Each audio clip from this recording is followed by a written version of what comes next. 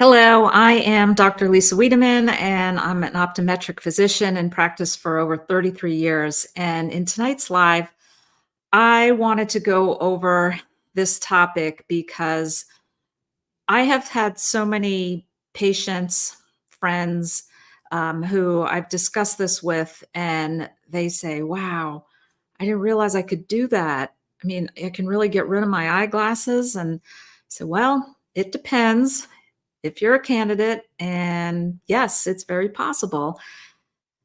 So before I get into what I actually do, so that here I am at the age of 50, and I don't use reading glasses. I very much dislike having to put those glasses on and off. And you put them down, you walk to another room, and then you don't have them, and then you put them on your head, and then they're on again, and then you're somewhere and somebody's trying to show you a picture on their phone and you have to dig them out and put them on, and no bueno for me. I do not want anything to do with that. I am just I want the convenience of just being able to see. So before I well, here we go. I will here we are with the whole on the head, and down right hooked on the shirt, and just really, in my opinion, very annoying having to tend to that task all the time and able to see. And so the first thing I want to do before I get into this, because I think it'll be a lot easier for you to understand the different options I'm going to present and the reasons why they might not at all be an option for you, and why this one that I do to get rid of the glasses might be an option for you. But it's better if you understand. So, presbyopia is the term that is for when we no longer can accommodate the lens inside of our eyes, cannot focus. And so, to understand that, I'm going to just show you a model of the eye here. So you can see this is the cornea. Right behind it is the iris, the colored part. And immediately behind that is the lens. And the lens, when we're born and we're young, is pliable and flexible. So when we look at something up close, it triggers the brain to accommodate, which means the zonules surrounding the lens tighten and squeeze and make this lens change shape to bulge a little bit to change the prescription. I mean, this is an amazing system, right? So if you hold something up very close to your eye, it has to make that lens shape change a lot. And then the further you hold something away, it accommodates less and less, until when we are looking at a distance, which is called optical infinity, those lens zonules are relaxed and the lens returns to its normal shape. As we age, decade by decade, once we hit typically about our 40s, this lens starts to get a little firm, and you're trying to accommodate up here, and that lens is not able to flex and bend and change shape as much as it needs to. But oh, we find out if we hold things further away, we can still focus. But it comes a point where if the light's not bright enough, the print's too small, you're going to have to resort to magnification or a prescription, depending on your situation. So, um, the one thing, so it typically starts about the mid 40s. If you're fortunate, I didn't actually need to um, take care of this until I was about 50, 55, I'd say, is when it really was kind of just starting.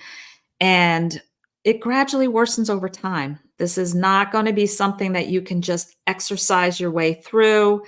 This is something that is going to need some sort of assistance for the most part, unless you do what? We have the font option. I think this is really kind of funny because as soon as you see somebody, you look over their shoulder in their phone and they have the font like this, you're like, oh, you need reading glasses and you just don't want to wear them or carry them or deal with them, right? But that only works so far for some things like the phone that you can easily alter the font. But uh, it comes down to where we really need magnification. So here's the complicating part about explaining this presbyopia situation. It varies depending on your specific situation. If you are a nearsighted person, and let's say you've worn glasses all your life, like to see the blackboard, to see to drive, you've needed glasses. That type of person, once they hit their early to mid 40s, needs to take their glasses off to see up close. And they will have their glasses on sometimes and look over them or put them on their head to take them off. And that's just as annoying as the other person who has great distance vision. And now all of a sudden, right around this age range, is having trouble with the little tiny print. The restaurant, the lighting's dim, the font is too tiny. They put this rotten gray font, gray color ink on a beige background. It makes it even harder. And guess what? You're kind of stuck. Well, that's when most people take their phones and put that flashlight on. And sometimes when you're in a restaurant, you look around and all of a sudden you see these light beams shining down on the menu. Typically, somebody who either forgot their reading glasses or they don't want to wear their reading glasses yet. And they just get by increasing their font or shining a lot of extra light on. So, to complicate this discussion even more is the issue of astigmatism.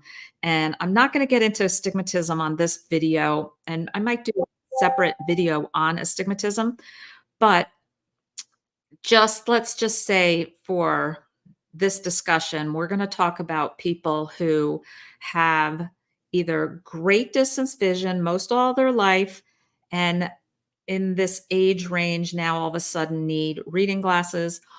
Also, the people who wear glasses for distance, the myopic people, people who are nearsighted, who have the opposite issue that's just as annoying to have to take the glasses off. So they have an option of going into progressives, like I wrote here, or bifocals. People don't really wear the lined bifocal, bi meaning two. So distance on the top, skip down past that line, and the reading prescriptions on the bottom.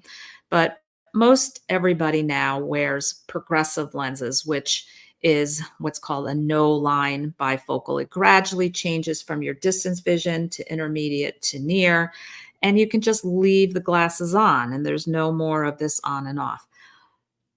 That could be an option for everyone, except for the fact that, you know what? I don't want to wear glasses all the time. I call it vanity. Call it I I'm just so used to not wearing glasses that I don't want to wear them all the time. I feel so free to not have a frame on, the peripheral vision with the frame, fogging up in the rain. It's just a no for me. So that's why I felt compelled to make this video so that I can go through the options and we'll get to where the answer is that I use. The Vuity eye drops. I know a lot of people have heard about this. They were approved in 2021. It's actually a glaucoma medication that was determined because a special specific type of glaucoma medication called pilocarpine minimizes the size of your pupil really tiny. So it gives a pinhole effect, and it works for people usually just in the early stages of this.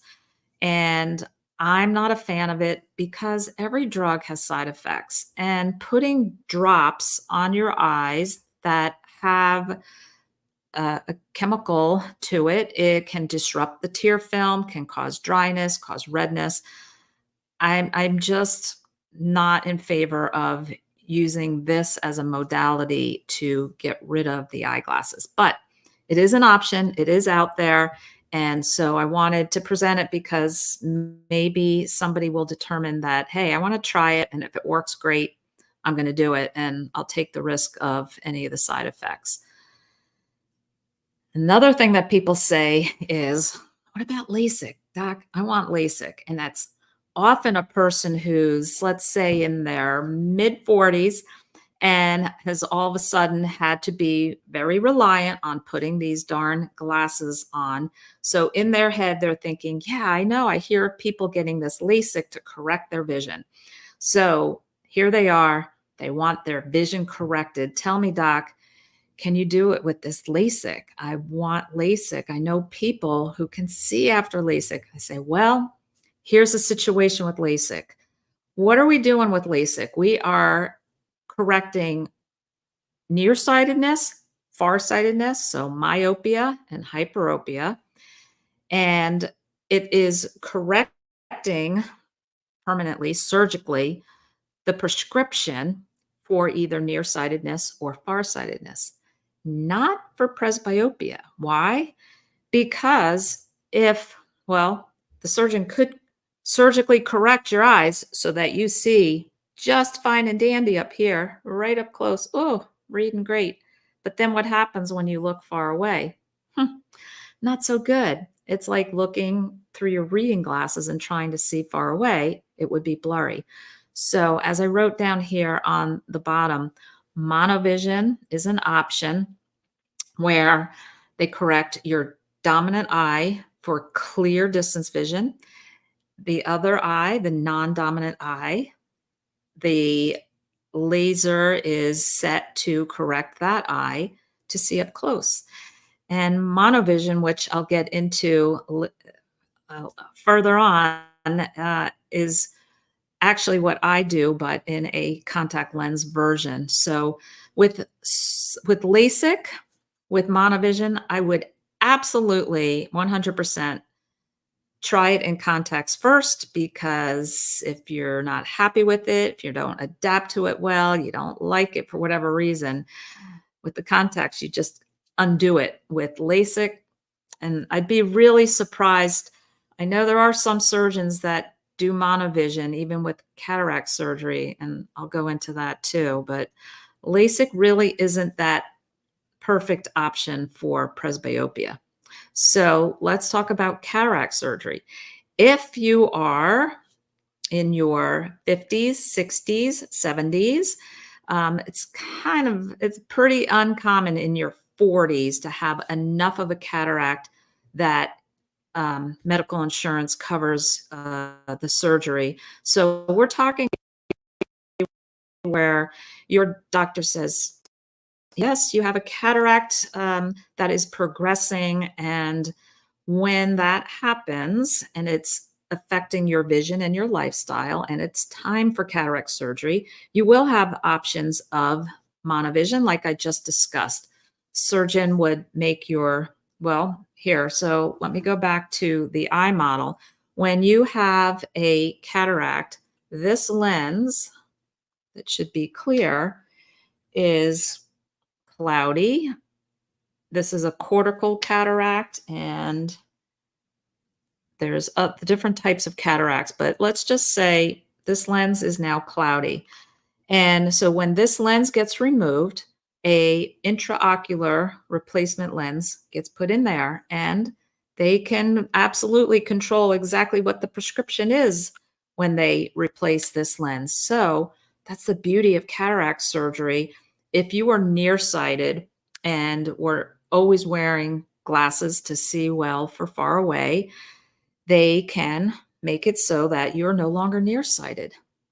But if they correct you with cataract surgery for nearsightedness and they make it so you can see clear, guess what you're going to be doing? Putting on reading glasses to read. Whereas that nearsighted person typically used to be able to take their glasses off and see great up close. So now they just have the opposite problem. So options, monovision or a special lens implant that is a multifocal, and they're getting pretty good. And they're a premium lens. So patients do have to pay out of pocket an upcharge for this premium lens, but the your insurance company covers the cataract surgery. But if you opt for this special multifocal lens, but again, that's only for somebody who's in the age range and the situation of actually having a cataract. But I wanted to bring that up because keep in mind that this is down the road. Typically, most people get cataracts, and that's an option. So here we go with my favorite and my go-to is the contact lens solution. Again, monovision or a multifocal. With the contact lenses, I'm going to say that many eye doctors will not even bring this up and won't even discuss it. Partly because they're just focused. You come in wearing glasses, you say, "Doc, yeah, I think I need a little stronger in my reading or I need this." And they go about what they're doing. And yes, you're right, Mrs. Jones. You need a little bump stronger in your progressive part of your glasses. And here's your prescription. And it is just not, I'm finding, and just I know from all of my years of doing this, I present the option to everyone. Everyone who comes in who's wearing glasses, who's wearing progressives, I just ask, "Have you ever worn contacts in your life?" Some of them are like, "Oh, yes, I wore them years ago. I want nothing to do with them. I'm just so happy with my fashion frames. I have them in 3 different colors, blah, blah, blah." Okay, great. I just note discussed contact lens option, just so I remind myself for the following year, no go on the contacts for this person. But many times the reaction is, you know, no, I've never worn contacts, but nobody's ever mentioned that to me. You mean I could actually get rid of my glasses and wear contacts? I am definitely interested. I was like, yes, you are a candidate. And so, another reason that I wrote here why I think some doctors just don't even go into it is because it does take quite a bit of what we call chair time, going through the explanation, discussing options, discussing why it might work or might not work. You might be enthusiastic and really want to try it, but overall, maybe when you do try it, you're like, I can't see this. An accountant and I'm on my computer all day and it's just not quite." So it just takes time. And then to get trial lenses and have somebody try and it, like I said, I think it's just so quicker and easier just for the prescription. And here you go. And so there's an eye dominance test. It's very simple. If you're interested, you can go on YouTube and type eye dominance test, and there's probably a couple different ways that it's written on there. I can do a different one in the office with lenses, and I also do this one where you're holding up a triangle and you're keeping both eyes open. You don't shut one or the other, both eyes open, and you just look at something at a distance and hold your little triangle you make here. And when you look at it at a distance, you pick like a light switch on the wall, and then you just keep both eyes open and you put the light switch inside the triangle. And then you determine which eye is seeing that light switch through the triangle, and that is the dominant eye. And so just like with the cataract surgery, the dominant eye, I would correct for distance, and then the non-dominant eye for the reading if I'm doing monovision. Some people have an option of multifocal contacts. The technology has advanced, it's getting better and better. It's trial and error. It's a road test. I have a slight astigmatism, and multifocal contacts that also correct astigmatism, in my opinion, in my experience so far, uh, don't really cut it. And so if you have an astigmatism, it's monovision. And if you have perfect distance vision, and I mean perfect, your dominant eye tests at no prescription whatsoever, you see 20/20, then you would be only putting a contact on your non-dominant eye that has your reading prescription in it. And this is what I do because I do happen to have perfect distance vision in my dominant right eye. So on my left eye, I have a contact that has my reading prescription. And people say, "Well, how's that work? Like, what are you doing? This?" Nope. You just keep both eyes open. Our brain wants to see clearly. So when I'm looking down at the screen here and the writing on my screen, I just see it and I can read it. If I shut my eye that has the reading lens, now it's fuzzy and now it's clear. And so, likewise, when I look out at a distance, I drive perfectly fine. I see perfectly fine. I'm fortunate. I do really well with monovision. Is it perfect? Nothing's perfect except our eyes when we were back in our 20s and 30s. I will say I tell patients because I don't want to have them have real high expectations.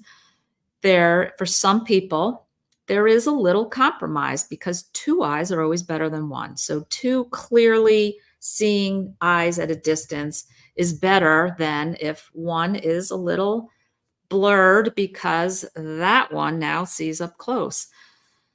So, really, what it comes down to is, like I said, a road test, trial and error. If you come in and I do the whole explanation and the exam, and I send you home after you learn how to put them on and take them off with the trial lenses, and I might give you a brand of multifocal contacts if you're a candidate for that, and I might also give you monovision. Now, if you are nearsighted and you're one of those people, like I said, who all your life you've worn glasses for the blackboard, for driving, you've got blurry distance vision unless you have your glasses on, you too could be easily a candidate for monovision. Your dominant eye, we put your clear distance contact on, and your non-dominant eye, it's a weaker prescription because remember those nearsighted people can typically take their glasses off. And for some people, not usual, but some people in that scenario, they will just wear a distance contact on their dominant eye and nothing on their non-dominant eye if it happens to be their reading prescription. I know this is really getting complicated, but just trust me on this. It is calculated, figured out, and then it's off to you and your brain and your daily activities to see how well you function. I got used to it right away. I was so excited when I was able to just see everything up close again. And again, the thing where you put them on, you put them down, you go to another room, and where are they? And come back and get them. And then you buy the 6-pack at Costco so you can have one upstairs, one downstairs, one in your purse, one in the car, one at work. And that's if you're fortunate enough to be able to be one of those people who can use those over the counter inexpensive readers. For many people, it's a pair of prescription readers. If you have enough of an astigmatism or a difference in prescription between your two eyes, you're not really ideally good wearing those over the counter readers. But, for so many people, this is an option. And I get so excited when I have that patient who is, you know, I have a patient I'm seeing tomorrow, as a matter of fact, who she's I think 55, and she's been struggling because she's one of those people that she's needed glasses, maybe like in her 30s. This is getting even more complicated, but if you're farsighted, you can get away with it when you're younger. And then as time goes on and your lens is not flexing as much, those people who have hyperopia or farsightedness actually start need to wear glasses for reading much younger. And it's complicated to explain, but believe me, that type of person becomes very reliant on their glasses. Why? Because they can't see clearly without it. And so I get so much satisfaction out of having somebody go into these contacts and feel free again and feel that they have their eyes back. And so I wrote here, astigmatism correction is available for monovision. And I wear what's called a toric soft contact lens. It just has a little prescription for my astigmatism in it. And it's an absolute option for many, many people. Who's not a candidate? Anyone who has one eye that's weak, meaning let's say you were a kid and you got patched because you had a lazy eye. It's called strabismus and amblyopia. There's all sorts of issues where somebody's one eye does not correct really clearly and but has no problem because we walk around with both eyes open and we drive with eyes open and we read. So their better seeing eye, their good eye compensates and there's no problem. But when you're going to monovision, you have to remember we are taking one eye and putting the focal length at one distance and the other eye at the other distance. So whatever, if you have a weak eye, then doesn't work so well. And then, of course, anybody who has any sort of ocular health issue, ocular surface disease, mainly significant dry eye, you can get away if you have mild dry eye, but you need to address the root cause of the dryness and maybe meibomian gland dysfunction or blepharitis.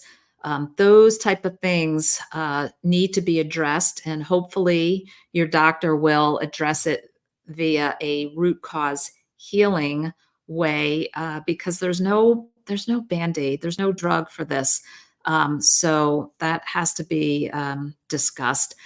And if you found value in this video and you are interested in learning more about different topics, hit the like and subscribe, and I'll be really diligent going forward. I've got a lot of different videos. I know this is just the start of this channel that I branched off of my main channel. So, but I really am passionate to educate on this. And I'm going to show you, well, I'm going to go over into the comments over here in the chat. Thank you so much all for joining in. And okay, so Elaine says, appreciating this, so needing to dump my glasses. Yeah, so go into your next eye exam and say, I know this might seem strange at my age because nobody's too old for this. I've fit people in their 70s in this. Um, but I'd really like to explore the option of contact lenses and then see what they say. Okay. I'm 3 months on Lion, no carb Lisa. Still have floaters, but eyes are very sore now. I'm often taking off my bifocal glasses to see up close now. Would you recommend going to see the eye doctor or giving it some more time? All right. If you're taking your bifocal glasses off to see up close, that means that you're nearsighted and the bifocal portion, the lower what we call the add portion, which is the part that allows you to see up close, needs to be bumped up a little stronger, because you're preferring the amount of magnification you get being nearsighted that you get with no glasses on. So, yeah, and the floater thing, I'm guessing you're 5 decades in of eating the other way, and now that you're eating nutrient dense, animal based, that it's going to take time. I have so many people, if you watch the other video I have on here, of people with floaters that have resolved. So be patient. Okay. Oh, hi, Helena. Joined my group in hopes of clearing your +5 RX plus astigmatism. Okay, Helena. Let's just say that from my 15 years of eating carnivore and people who have reported to me their changes in prescription, absolutely, very significantly, there are people who report their prescription each time they go to the doctor's getting a little less and a little less. But it's not, I have not yet had anybody go from a 5 to a nothing. This isn't like some magic, cure, but maybe you go from a 5 to a 4, so your glasses are thinner and lighter. But with your prescription, Helena, have you ever worn contacts? I mean, you're like typically the perfect candidate for contact lenses. So, okay. Foxy Stealth says, thank you. Thank you for joining. And 65, been thinking about contacts. My optician just wants to give more glasses. Well, so this would be the optometrist or ophthalmologist that the optician makes the glasses. So they're just taking the prescription. So this is whoever your eye doctor is, that's who you talk to. And yes, I still write out and give the current updated eyeglass prescription because you need a backup, especially if you have some significant stuff, prescription, you need a backup. You're not going to be in your contacts, 24/7. We take them out each night. And so you just need to talk with your doctor about it. You'll get an updated eyeglass prescription and hopefully a discussion about a contact lens fitting.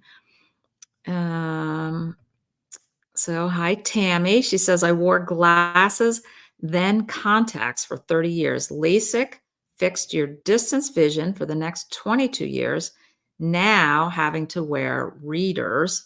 And you are happy that I shared. I know I've talked about this on my other channel before, and I talk about it on Instagram just because I just feel like people need to know their options because just like everything else, we need to be our own health advocate. We need to be our own medical advocate. And it's really important that you are able to get the information so that you can head into your doctor's office and say, hey, this is what I want to do. How can we make this happen? Okay, I'm going to keep going here. Are there any success stories of people getting rid of chronic central serous retinopathy on the carnivore diet? Yeah. So the tough things with some of these less common issues is that I have to have contact with somebody, a subscriber, a follower who reports to me, who happens to be on carnivore for another reason, happens to also have central serous retinopathy, and then can report about that because there's nowhere, anywhere, even in my office, where somebody's going to come in, get diagnosed with chronic central serous retinopathy, and the doctor say, you know what? I think you should try this very unusual way of eating and let's see what happens because nobody's going home and cleaning out their pantry and their fridge and their freezer and changing everything about their socialization with eating, their family, their traditions, their holidays. People don't do that unless they have a specific significant why. And you could say, well, if I knew for sure that this was going to solve my problem, I would do it. Well, if that's the case, then you should do it. Do it for, 6 months and see what potential other benefits you also get from it. And then maybe you can report to me and tell me what happened with your central serous. Okay, I'm going to keep going. Um, what do you use? I got assessed for refractive lens exchange, but it's way out of my league financially.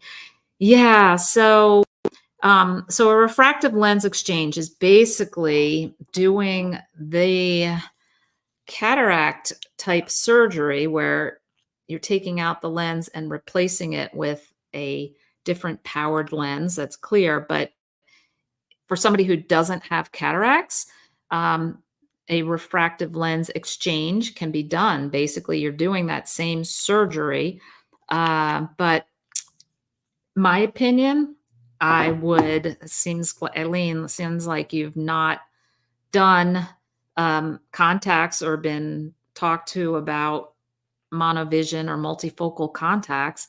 I would investigate that, especially since, yeah, you have it's totally out of pocket because then that refractive lens exchange is considered cosmetic surgery. So, but yeah, I would definitely investigate the contact lens situation.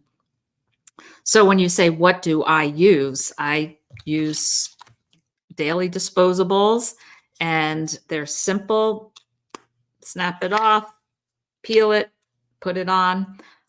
Before I sign off here, I will, for anybody who's not ever, seen how ridiculously simple this is, because some people say, "Ooh, I could never put something in my eye," and I'm like, "Oh my gosh, if you knew how like quick and easy and simple this is, I think you might change your mind, especially for how well I see great. I don't feel any compromise in my vision, so." And Tammy says she was shocked her left eye is dominant and you shoot using your right eye. Yeah, a lot of people will say that to me. People who go to the shooting range or are hunters, they march in there telling me, "Oh, I know what eye is dominant," and but yeah, it doesn't go with dominant hand, right hand, left hand either. So, um, Erica. Yeah, I'm working hard on getting the message out because I just feel people need to because I'm gonna say it's a game changer. It's, just anywhere I go, wherever I am, a menu, a friend holding up the phone and saying, "Oh, look at my granddaughter," and everything. It's like I'm able to see, and it's a beautiful thing. All right, I'm gonna crank down here. Karen says, "Is there anyone who reversed keratoconus with the diet?" So I have not had reports because, again, it would have to be no doctor who specializes in cornea is telling their keratoconus patient to go eat in a carnivorous way. So again, it would be for me finding the report, anecdote, testimony, and I have not heard that yet. But there's some things that um, changes in tissue structure and scarring and specific things like that. I'm not sure. I can't give an answer as far as that. Oh, so you're thinking of having the cross linking while continuing. I think that's a great if you're a candidate for the cross linking, and then I would definitely look into that. Erica says, with monovision, does it impact depth perception when driving? Really good question, Erica. So when I fit monovision, I give the person the very least amount of reading oomph that's necessary for them to be what I call 20 happy to get by. You might have to push your phone a little bit further away instead of holding something really close here. I would prefer to put a weaker one because the weaker the reading contact is, the more it helps out for distance. And it definitely helps out for distance. And I can only tell you from my experience, I noticed no hindrance as far as depth perception. So, but everybody's different. It would be the same thing if I were to hold a bottle and go to grab it. If your depth perception's off, you kind of would do that kind of thing. And I'm telling you, and interestingly enough, even if there was a slight amount of that happening, the brain is such an incredible little computer up there, and it figures alternate ways to make that depth perception thing not be an issue. So, but again, it's trial and error. I tell my patients, I say, here you go. You've got all the ammunition here. Now you're going to go on a road test and report back. I just tell people, please just make sure you keep track. When I give you 3 different options to try with the Monovision, sometimes I'll give you a little stronger reading, a little weaker option too, so you can try them both. And I have them all labeled out. And yeah, it's really exciting because people usually come back wearing their preferred pair, and they're like, "Yeah, this is it. I'm doing so well." And again, I tell people at the beginning, don't expect perfection. Um, it might take a little time when you're at your computer. Um, Maybe your dominant distance eye might be fighting a little bit to see, and maybe a little blur will come through. Again, all I can say for myself, that doesn't happen at all. I mean, here I am reading perfectly on my computer screen, the small font here. Mike asks, castor oil, is it good for dry eyes? Okay. The big issue with castor oil is you do not put castor oil directly into your eyes. It's extremely thick and viscous. It's not sterile, and that would be a big no. But there are different formulations of dry eye drops that have castor oil in it. Refresh Mega 3 is one specific brand, but not directly in your eye. Your eyes would get really blurry because of how thick it is, and it would disrupt your tear film. And no, I don't think it's a good idea.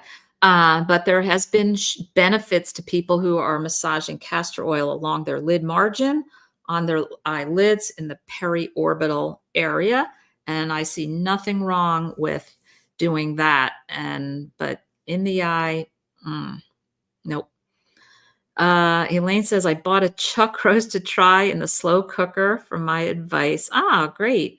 Oh yeah, I love that. Like I put it on low for 6 to 8 hours, and it's just so tender. And yeah, you're going to investigate the contacts. Awesome. Well, last one here. Linda says had radial keratotomy, RK, eye surgery. That's a long time ago because that was the first type of refractive surgery that was done before the LASIK was developed. You'll be 61 next week. Haven't had any eye issues. Wow, that's great. But I've always eaten a meat-based diet with few carbs and sweets, even as a child. Truly believe diet's everything. Yeah, it is so important. I will, till the day I die, keep talking about and relaying experiences of people who have healing of their eyes and their eye conditions. And I actually keep track of the messages as they come in, and I'm compiling to do another future video. I have one on this channel of eye conditions and one also on my Carnivore Doctor channel. So Elaine says, is it best to try with Monovision and try different strengths, or go for multifocal? You're a +3 reader and notice your long vision has deteriorated lately. Yeah, so you are a Great. Elaine, you are actually one of my favorite type of prescriptions to put into contact lenses. I can't not answer your question specifically because I don't know enough about your exact prescription. But probably, or I'll say possibly, you are a candidate for both trying the multifocal contacts and the monovision. So with multifocal contacts, the contact goes on and both eyes have a ability to see distance and up close because of the way they construct the lens design. It's hard to explain. Um, I'm trying to think if I could tell you the percentage of people that do better with one or the other. It's really hard to tell because, and hopefully your doctor is really patient and willing to try multiple brands with multiple powers. So, all right, we are out of time. So I am going to take my contact off, and you can see it right there. See how easy that was? And I'll even put it right back on. I like to demonstrate that because it is that quick and easy. And in the evening, I can just pull it out and throw it. And the next morning, a fresh, brand new lens. And it's a good thing. So, all right. Thank you so much for joining in. And I will catch you at the next video.